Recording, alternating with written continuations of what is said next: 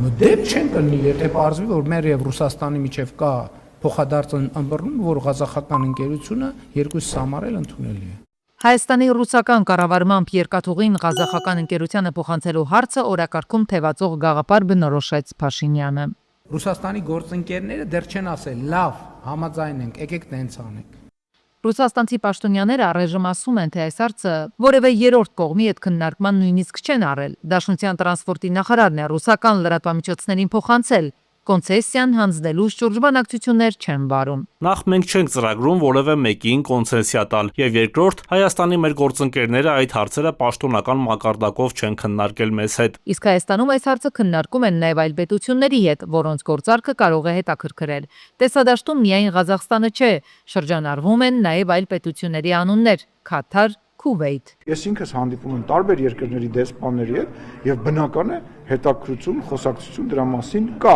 Այլ հարցը թե վերջում ինչ որոշում կլինի։ Հայկական երկաթուղու կառավարումը երրորդ երկրին վաճառելու քննարկումները թեժացել են այս տարեսկզբից։ Թեպետ երազ կախուրիկ երկաթգիծը վերականգնելու Երևանի առաջարկը Մոսկվայից դրական արձագանքի արժանացավ, Հայաստանը այնուամենայնիվ սկսեց Ռուսաստանի հետ քննարկել նաև երկաթուղու ռուսական կառավարումը որևէ այլ պետության փոխանցելու հարցը։ Սա այն պատճառով, որ Ռուսաստանի հետ որոշ երկրներ ոչ այնքան լավ հարաբերություններ ունեն, իսկ Սյունիքի ամերիկյան ճանապարհով անցնելու է նաև երկաթգիծը, հակառուսական չբացահայտվող ուժերը չեն ուզում ճանապարհ կտրել Մոսկվայի կառավարման տակ գտնվող ենթակառուցվածքներով։ Թրիփի բանակցություններին առաջարկել էին մեր երկրի տարածքով անցնող ծրագրով շրջանցել հենց մեզ, ինչն ըստ Նիկոլ Փաշինյանի կնշանակի, որ մենք կորցնում ենք մեր ռազմավարական դիրքերն ու մրցակցային առավելությունները։ Ռուսաստանի Դաշնության մեր գործընկերների հետ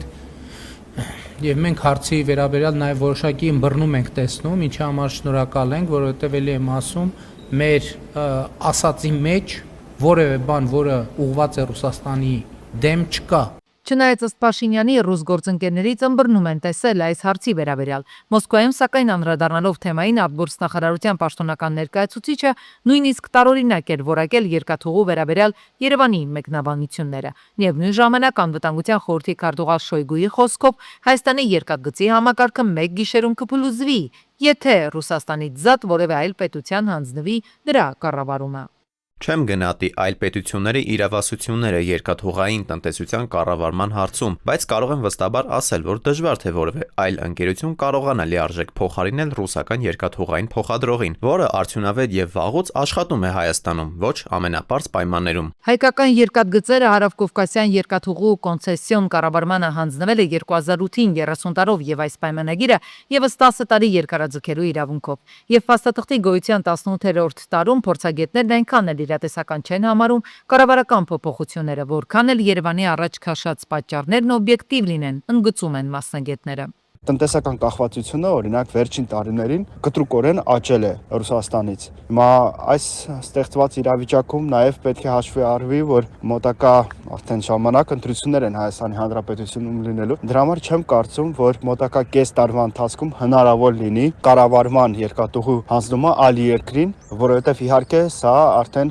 վնաս կհասցնի Ռուսաստանի Դաշնությանը եւ իրեն կարող է կտրուկ արձագանք իրենց կողմից լինի։ Երկաթուղիները պարզապես ռելսեր կամ շարժակազմ չեն, դրանք ազդեցության գծեր են քաղաքական, տնտեսական եւ երբեմն նույնիսկ անվտանգային։ Այդ պատճառով էլ ըստ մասնագետների Հայաստանի երկաթուղու կառավարման շուրջ քննարկումները դուրս են գալիս սովորական տնտեսական գործարքի շրջանակից եւ դառնում ավելի լայն տարածաշրջանային հաշվարկների մաս։ Փորձագետներն ասում են, քաղաքական զգայուն թեմա է, որի լուծումը կախված է թե Հայաստանի հաշվարկներից, թե մյուսների արձագանքից։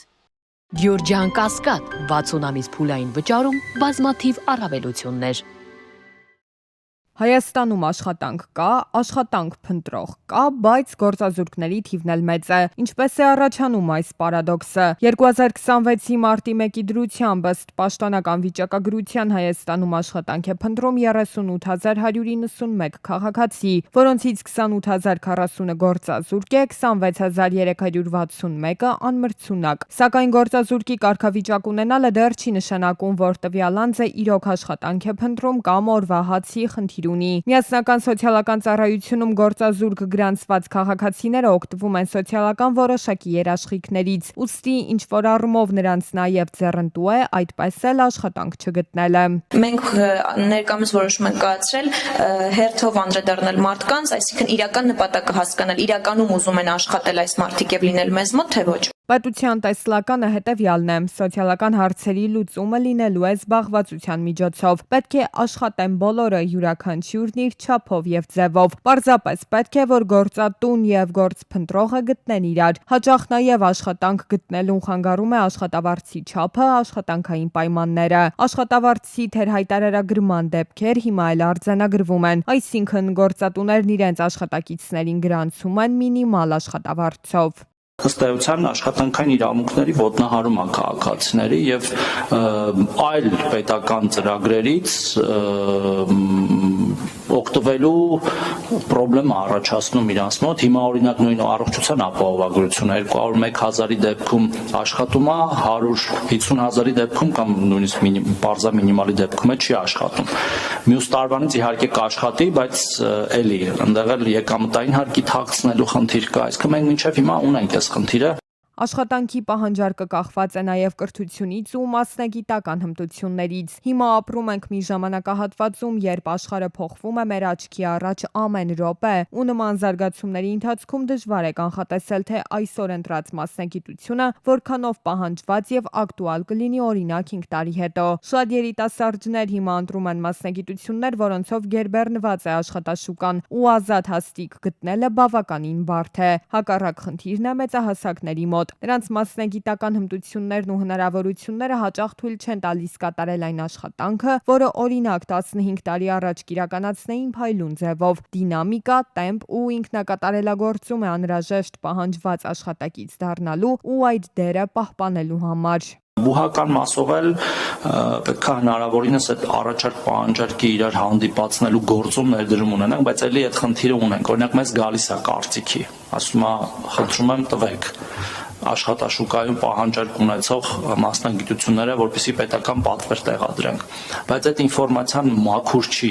Մենք այդ իմ ասած առաջի պատճառով մենք պիտի նայենք, չէ՞, օրինակ ՊԵԿ-ի բազայում որ աշխատատեղերի վրա աճ կա եւ հետեւաբար պահանջարկ կա եւ որի վրա կա նվազում եւ հետեւաբար իդեպ նույն տեխնոլոգիական առաջընթացն է բերելու դրան, արհեստական բանականության շնորհիվ կամ պատճառով, երևի մեր դեպքում պատճառով բազմաթիվ աշխատատեղեր են վերանալու եւ մարդիկ այլևս այդ գործը չեն անելու, պիտի մարդիկ իմանան ուրիշ ինչ գործ անեն, ուստեղ մի հատ ուրիշ մեծ խնդրեմ էլ կա, քանի որ խոսքը գնաց դրան, դա նույնիսկ կանխատեսել հնարավոր չի։ Աշխատաշուկայի այս հակասական պատկերը փաստում է, խնդիրը միայն աշխատատեղերի կամ գործազուրկների թվի մեջ չէ, այլ պայմանավորված է մի շարք հանգամանքներով, երբ կրթությունը չի համընկնում պահանջարկին, երբ աշխատավարձը չի արդարացնում սպասելիքները։ Լուծումը սակայն մեկ կետում չէ, այն համակարգային է, սկսած կրթությունից ու հմտություններից մինչև գործատուի պատասխանատվություն եւ պետական քաղաքականություն։ Հանցագործության դրդապատճառները որպես կանոն լինում են բազմաշերտ, մասնագետների գնահատմամբ մարդու վարքագիծը չի ձևավորվում միայն մեկ գործոնի ազդեցությամբ, այն կարող է լինել երկարատև գործընթացի արդյունք, երբ կուտակված լարվածությունն ու չլուծված խնդիրներն են ժամանակի ընթացքում հանգեցնում ծայրահեղ քայլերի։ Մարդու որոշումների վրա ազդեցություն ունեցող գործոններից մասնագետներն առանձնացնում են սթրեսը, սոցիալական ճնշումները, տնտեսական դժվարությունները եւ միջավայրի ազդեցությունը։ Կախված նրանից, թե այդ գործոնները ինչպես են համակցվում եւ ինչպես է անձը իր վրա ազդող տարբեր գործոններ արտացոլում, դրանով պայմանավորված են մենք կարող ենք ունենալ վարքի տարբեր դրսևորումներ, փորձն է իր որոշակի կոնկրետ իրավիճակն է պահին, այլ նաև թե ինչպես է ինքը գործոններին արձագանք տալիս։ Միանշանակ չեն կարող ասել, որ դա միայն ներքինն է, եւ միանշանակ չեն կարող ասել, որ դա արտաքինն է, այսինքն դա երկուսի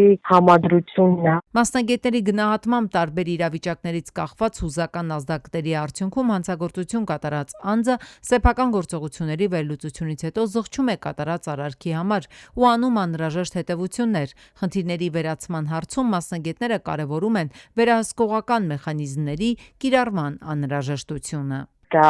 ոչ թե գիտակցական մակարդակ է, այլ կենթագիտակցական մակարդակով ինքը այդ վարքի ձևերը վերցնում է եւ ավտոմատ իր գործողությունների վրա վերցնելով արդեն սկսում է ինքը նույնպես նման դրսևորումներ ունենալ։ Ցավոք սրտի այդ մեխանիզմը նույնպես կա։ Սենսացիոն հաղորդագրությունների առավել լայն տարածումը պայմանավորված է նրանով, որ մարդիկ նախընտրում են տեսնել, լսել եւ իմանալ այն ամենը, որոնք սովորական պայմաններում տեղի չեն ունենում, նկատում են մասնագետները։ Այդպիսի տեղեկությունների տարածումն էլ նրանց դիտարկմամբ հանգեցնում են ոչ նորմալ վարքային դրսևորումների, շեշտելով, որ նման վարքագծերը ավելի բացասաբար են անդրադառնում անչափահասների վրա։ Խնդրի լուծման համար մասնագետները առաջարկում են նրանց զբաղվածության համար մեխանիզմներ մշակել։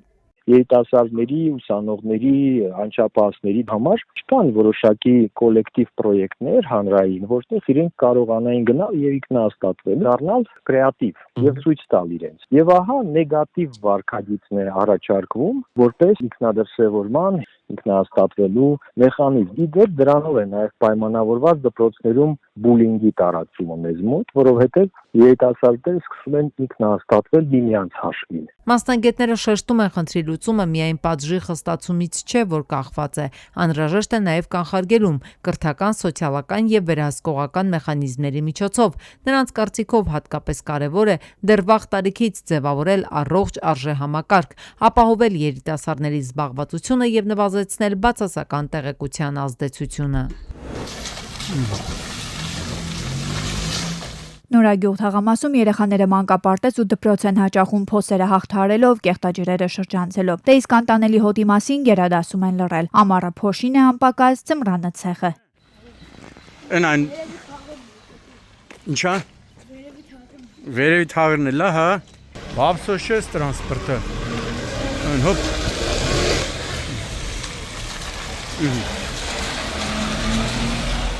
Փոսերից բացի նաև մեծ խնդիր են դիտահորից դուրս եկող գոյաճրերը։ Համաճարակի վտանգն ամեն օր ավելանում է, 100-ից ավելի տան բնակիչ է այս պայմաններում ապրում։ Գոյաճրերը ժամանակաժամանակ նաև նկուղներ են լցվում։ Խրամատելը փարքը։ Գույքարկերն էլ մուծում եք։ Գույքարկուտեղ բանի փողի տերն են։ Չմուտես բռնեն ակտավորեն։ Հիմա մենք իրանց բռնենք ակտավորեն։